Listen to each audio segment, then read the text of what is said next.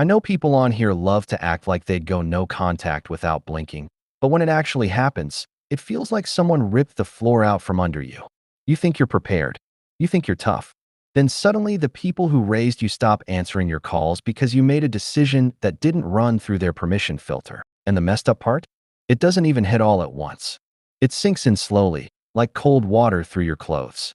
So yeah, that's pretty much where this whole mess started. Me choosing to marry the woman I loved, and my family deciding that was some kind of betrayal. I'm not even exaggerating.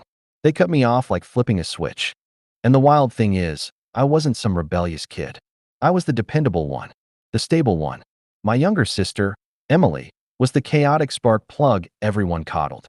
My older brother was the golden child who could do no wrong. And me?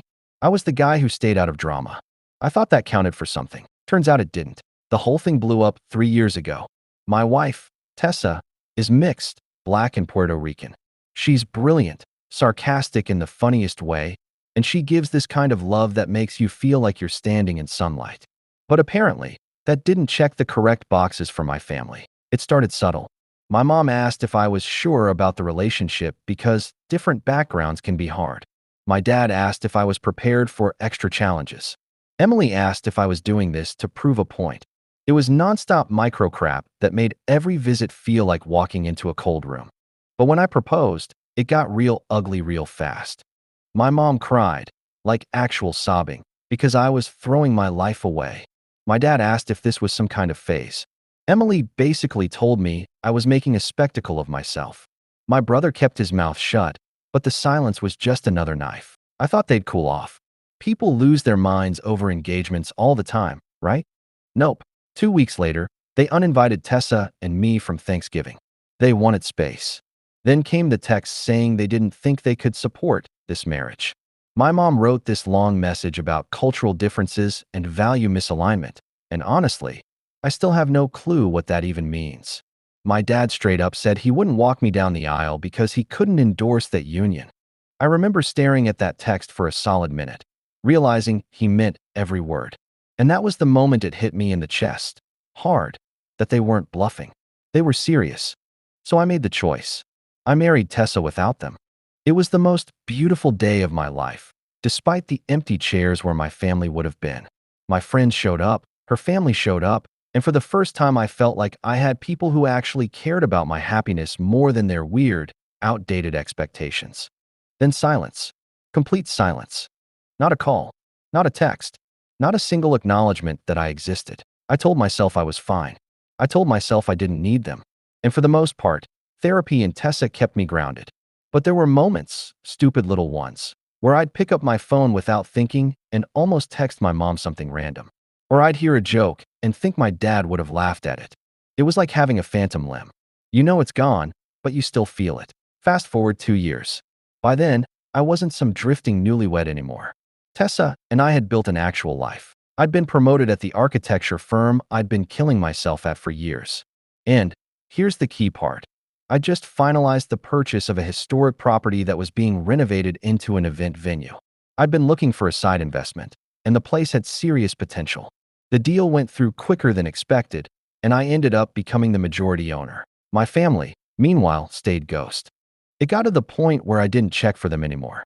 My peace was finally something solid, not this fragile little thing I had to protect from old wounds.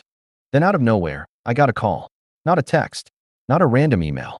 A full phone call at 9:12 on a Tuesday night. I stared at the screen because I genuinely thought I was hallucinating. My dad's name. After 2 years and some change of nothing. I answered, not out of kindness, but sheer shock. His voice hit me like ice water. He sounded frantic, like he'd been running or crying or both. He said, "Son, please.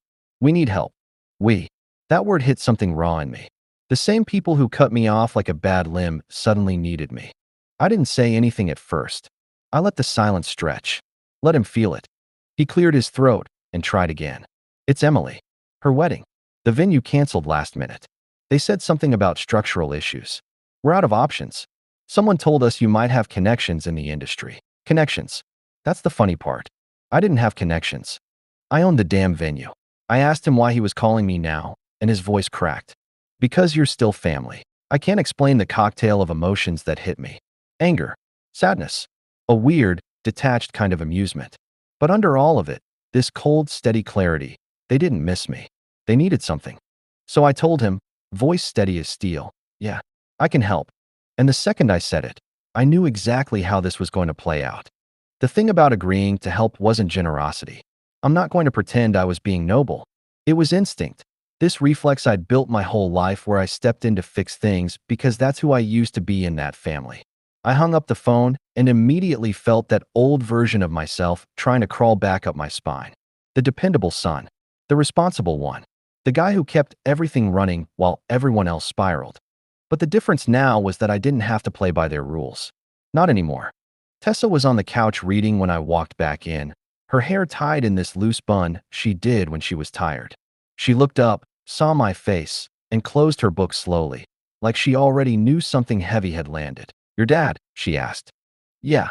What did he want? I told her everything. The canceled venue, the sudden desperation, the way he tried to slip back into that comfortable role where I was just supposed to say yes and rush over. Tessa listened without interrupting, eyebrows drawn but not surprised. She'd spent enough time watching my family treat her like a liability to understand the dynamic better than I ever could. When I told her I said I'd help, she leaned back and studied me with this soft, steady gaze. Are you sure that's a good idea? I shrugged, but it wasn't casual. I'm not doing it for them. She nodded slowly, like she'd expected that answer. Okay, then do it your way. That's the thing about being with someone who actually respects you. She never tried to steer me out of spite or fear. She just held the space for me to think clearly. So I called my partner at the venue the next morning, a guy named Lewis who'd been running events for 20 years and had seen every flavor of family drama possible. When I told him the situation, he let out this low whistle. They really haven't talked to you in 2 years, and now they're begging for help? He asked. Yep.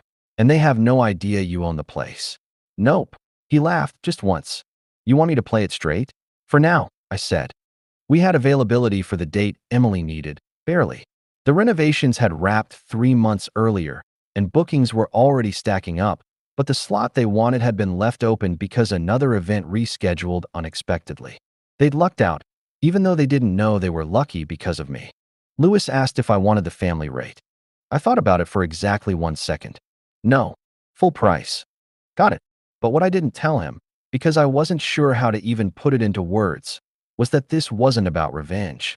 Not really. Revenge implies anger. What I felt was more like balance.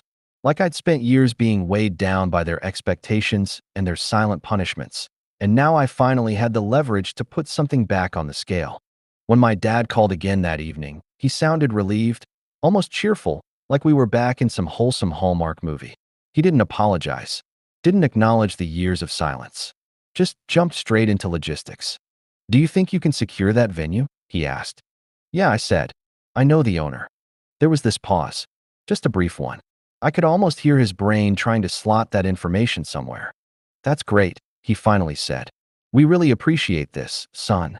Son, that word used to mean something. Hearing it now felt like someone pressing on a bruise. I didn't correct him, didn't say anything. I just told him I'd email him the booking details and ended the call. And that's when things got interesting. Because apparently, Emily had no idea he'd even reached out to me. The next morning, I woke up to a text from an unknown number. This is Emily. Dad said you're helping with the venue. Thank you. Just that. No explanation. No apology for the wedding she refused to attend. No acknowledgement that she'd told me marrying Tessa was attention-seeking. Nothing. I stared at the message for a while, thumb hovering over the screen. I wasn't even angry. It was almost boring how predictable it all was. I wrote back. Glad I can help. That was it. No warmth. No fake small talk. Nothing she could twist into an invitation to rewrite how things went down. 2 days later, they showed up at the venue for a walkthrough. I didn't tell them I'd be there. I wanted to see the look on their faces when the truth started clicking into place. I wasn't planning some dramatic reveal with violins and dramatic lighting. I just wanted them to see the life I'd built without them. The life they tried to cut me out of. The venue looked incredible. High ceilings. Original brick walls we restored by hand. Floor-to-ceiling windows that caught the light just right in the afternoon. It had this industrial, contemporary vibe that made people walk in and actually stop to take it in. Lewis stood near the front, giving instructions to staff prepping for an event later that night. I was reviewing a layout with him when I heard footsteps behind us. My dad's voice floated in first. This place is beautiful. I had no idea it was this nice. Then my mom's voice, tight and polite in that way she did when she felt out of her depth. Are you sure this is within budget? And finally Emily, sounding distracted and rushed, classic her. I didn't turn around immediately. I let them approach, let them step right into the space I'd built with my own damn hands. Then Lewis said, loud enough for everyone to hear, "Morning, boss. You want to go over the lighting setup next?" Boss. My dad froze. If you've ever watched someone process disbelief in real time, you know it's not one clean reaction. It comes in layers. First confusion, then hesitation, then the dawning suspicion that their assumptions might not survive the next 30 seconds. My dad's face went through all three like a slow-motion flipbook. He looked at Lewis, then at me, then at the space around us, as if the structure itself might offer an explanation. My mom was standing slightly behind him, arms folded, expression tense in a way that made it obvious she didn't want to be there, but didn't want to be wrong even more. And Emily, well, she was scrolling on her phone until my name registered in her peripheral vision. Then she snapped her head up. Wait, you're the boss. I don't know what I expected to feel in that moment. Victory? Bitterness? Maybe some kind of catharsis. But all I felt was this calm that settled over me like someone finally opening a window in a stuffy room. These people had spent years telling me I wasn't making good decisions, that marrying Tessa would ruin my future, that I'd grow out of this phase. Meanwhile, I had been quietly, steadily building something solid, something they couldn't diminish or control. I nodded once, not even trying to soften it. Yeah, I'm one of the owners. Silence dropped so fast and so heavy it was almost funny. My dad blinked at me like he was trying to reconcile two conflicting versions of reality. In one memory, I was the obedient son who did everything by the book. In the new one, I was standing in a multi-million-dollar event venue that I'd built and owned without their input or approval. He cleared his throat. You never told us you invested in. You never asked, I said. That hit him. It was visible in the way his jaw tightened and his eyes flicked away. My mom stepped forward then, smoothing her shirt like she needed something to do with her hands. Well, congratulations. This is impressive. Impressive. The same word she used when Emily remembered to send birthday cards on time. The same word she used when my brother got a participation trophy for a soccer league he quit halfway through. I could have laughed. Instead, I said, thanks. Emily finally spoke, and her tone was this mix of defensiveness and forced enthusiasm. Is this why Dad said you knew the owner? You could have just said it was your place. Didn't think it mattered, I said. You needed a venue. I had one. Her eyes narrowed, and I could see the wheels turning. Emily has always hated feeling like she's out of the loop. Even as kids, if she wasn't holding the spotlight, she'd find a way to wrestle it back. Seeing me in a position she didn't expect, it grated on her. She tucked her phone away and took in the space again. Well, it's nice. It'll work. It'll work. As if she was doing me a favor by validating it. Lewis, who had been quietly observing the entire family play emotional ping pong, clapped his hands once. All right, folks, I'll walk you through the floor plan options. The groom's side is already squared away with logistics, so once we finalize seating, we're good to go. My sister nodded, slipping back into bride mode. My parents followed Lewis, leaving me standing behind them. I watched them walk the venue. My venue, like tourists in a place they didn't quite understand but desperately needed. My dad ran a hand along one of the restored brick walls like he wanted to claim a piece of it.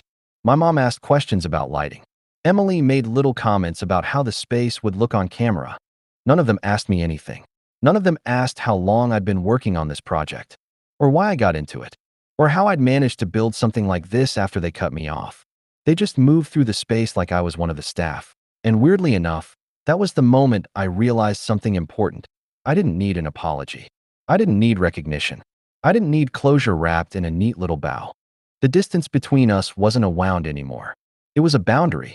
After the walkthrough, we gathered near the front entrance while Lewis finalized their paperwork. My dad turned to me, hands in his pockets, posture stiff like he was gearing up for a difficult conversation. Son, he said, lowering his voice like he was doing me a favor by speaking gently. I'm glad you're helping with this. I know things have been strained. Strained. I repeated, eyebrows lifting. That's one way to put it. He flinched slightly, Probably because my tone didn't match the version of me he still had in his head. He tried again. I just want you to know that we're trying. It was such an absurd thing to say that it took everything in me not to laugh. Trying? They hadn't reached out in 2 years until they needed something. They hadn't asked about my wife, my job, my life. Nothing. Trying would have meant showing up long before now. What exactly are you trying? I asked. My mom stepped in quickly, voice tight. We're trying to move forward. Move forward how? I asked. By pretending none of it happened. My dad sighed. The long, weary kind, like he was the one who'd been wronged. We don't need to dig up the past. This is a happy occasion. For you? I said. Emily, sensing the tension, cut in. Can we please not do this right now? I just need the venue booked. There it was.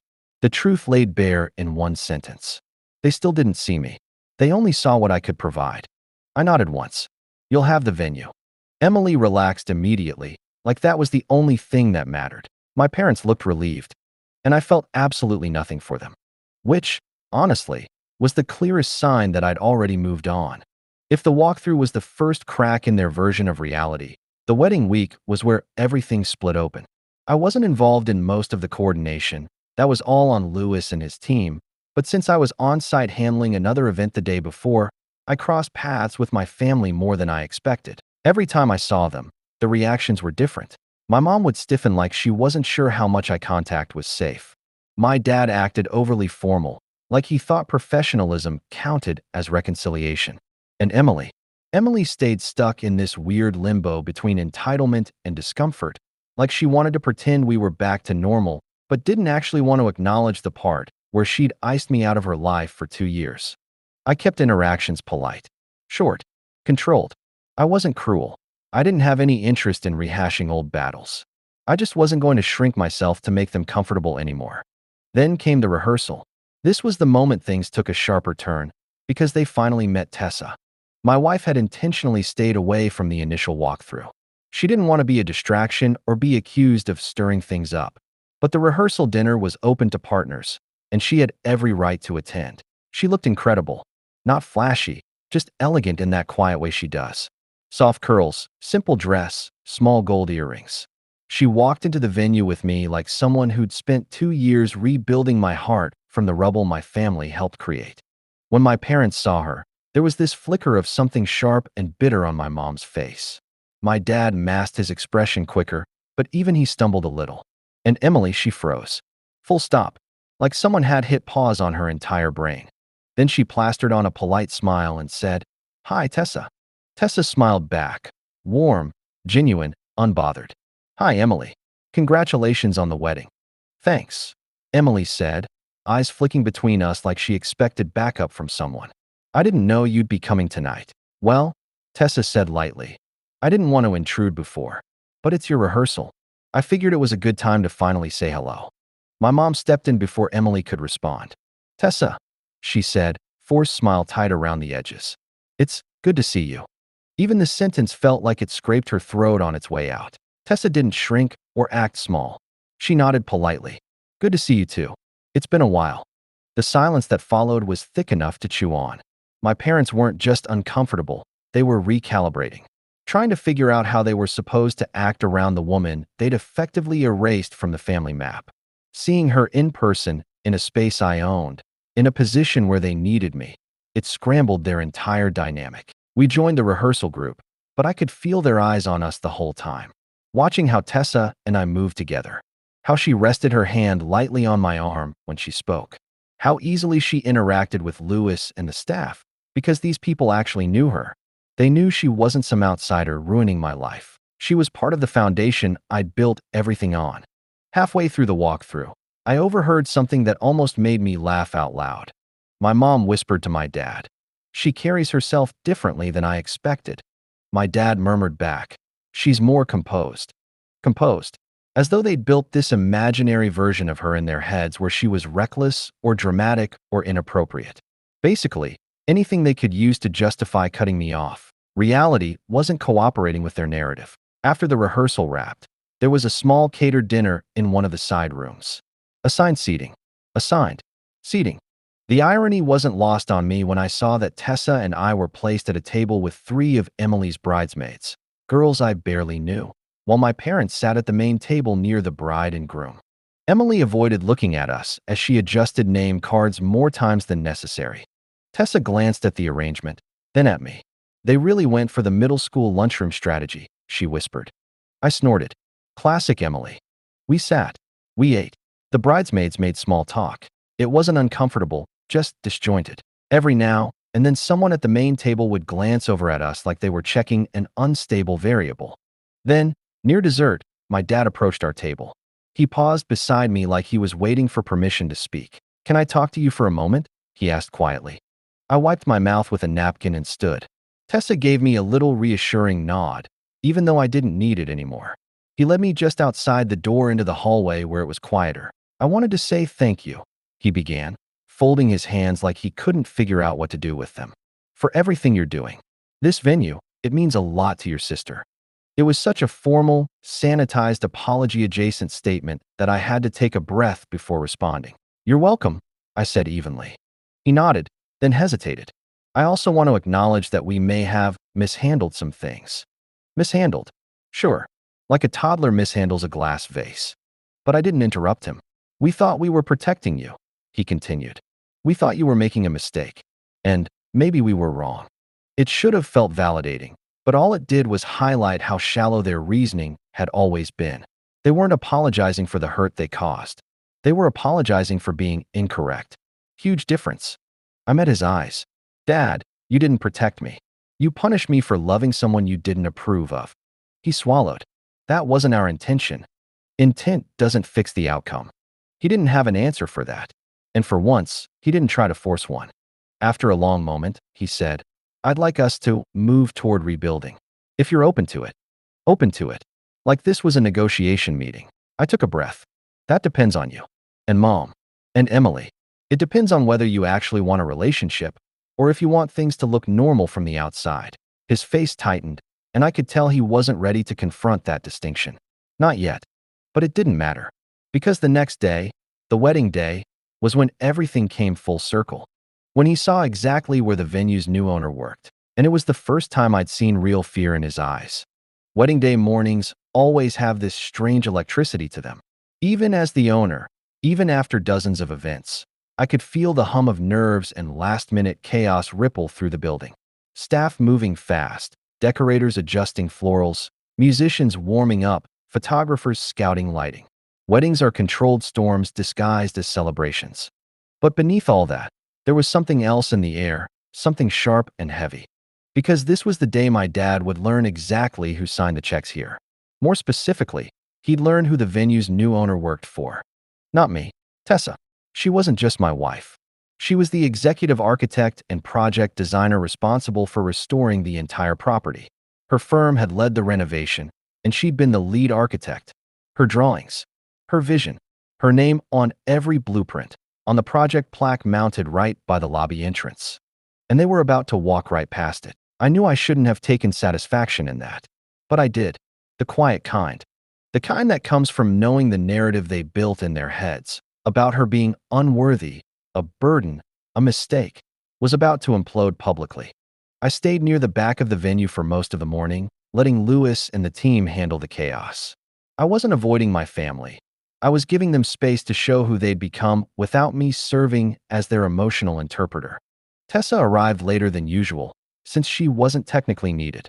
But she came because she wanted to support me, and because she had every right to walk freely in a space she helped create. She entered through the main doors, carrying a small clutch, wearing this soft slate blue dress that made her look like she belonged in every corner of the room.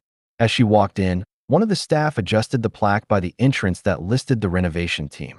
The plaque read, Lead Architect, Tessa Rivera Restoration Director, Lewis Cartwright Project Owner, Northfield Collective, my holding company. It didn't mention my name directly, but hers was the first thing anyone saw when they walked through the doors. I happened to be nearby when my parents arrived. My mom stepped in first, still in her pre-wedding fluster, smoothing her hair, adjusting her purse strap.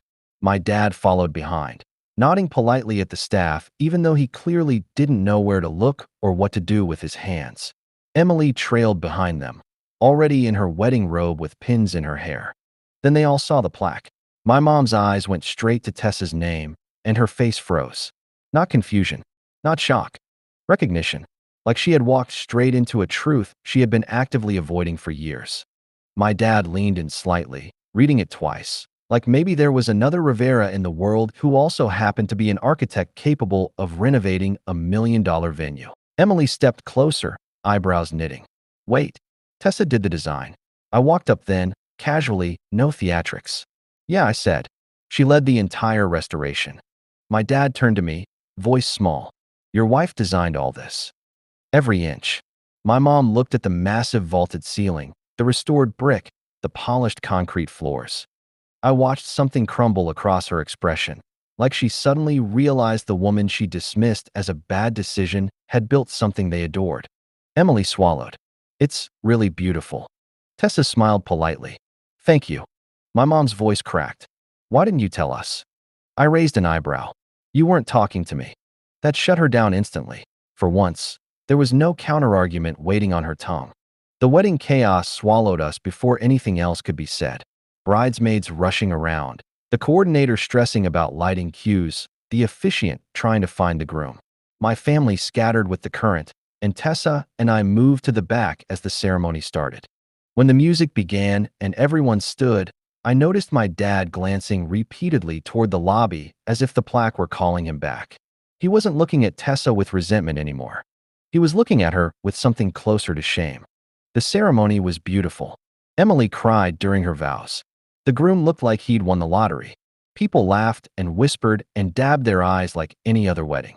But the entire time, my parents kept looking over at me and Tessa like the truth was sitting in their throats. After the ceremony, before the reception kicked off, I was checking on the kitchen when my dad approached me again. This time, he didn't look formal or defensive. He looked small. Son, he said quietly, I owe you an apology. I didn't respond. I just waited. He swallowed hard. We thought she wasn't right for you. That she'd make your life harder. That she was a complication. I felt the heat rise in my chest, but I kept my voice even. She made my life better. You just never stayed long enough to see it. My dad nodded, eyes wet. Not performative. Not manipulative. Just broken. I was wrong. We were wrong. I see that now. I didn't say, I forgive you. I didn't say we'll figure it out.